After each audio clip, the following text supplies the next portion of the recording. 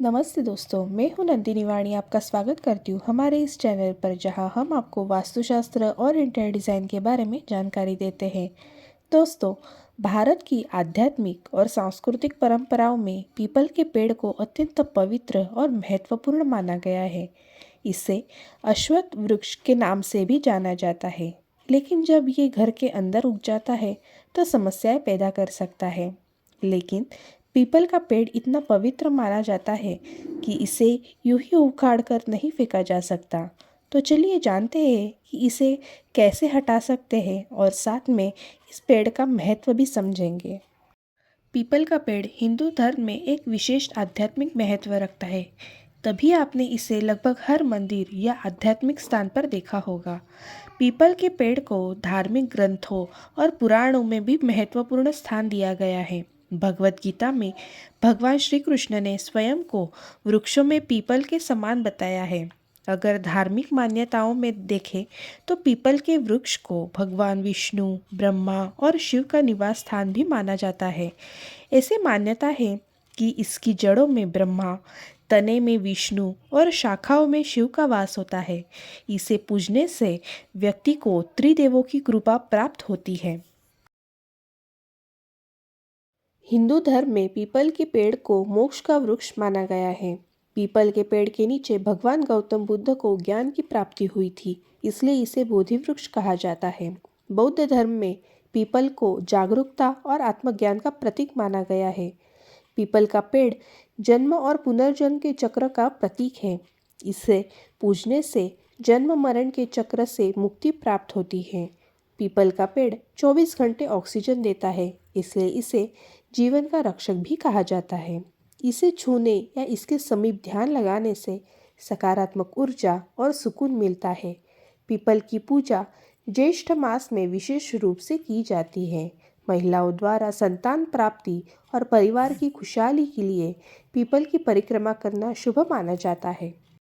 शास्त्रों में माना गया है कि पीपल में देवताओं का वास होता है। हालांकि ये पेड़ अगर घर के बाहर हो तभी इसे शुभ माना जाता है। अगर ये घर की बालकनी के आसपास या छत पर उग जाए तो ये शुभ नहीं होता है। अगर घर में ये उग जाता है तो इसे हटा देना ही चाहिए। घर में पीपल के पेड़ के होने से नकारात्मक ऊर्जा आती है।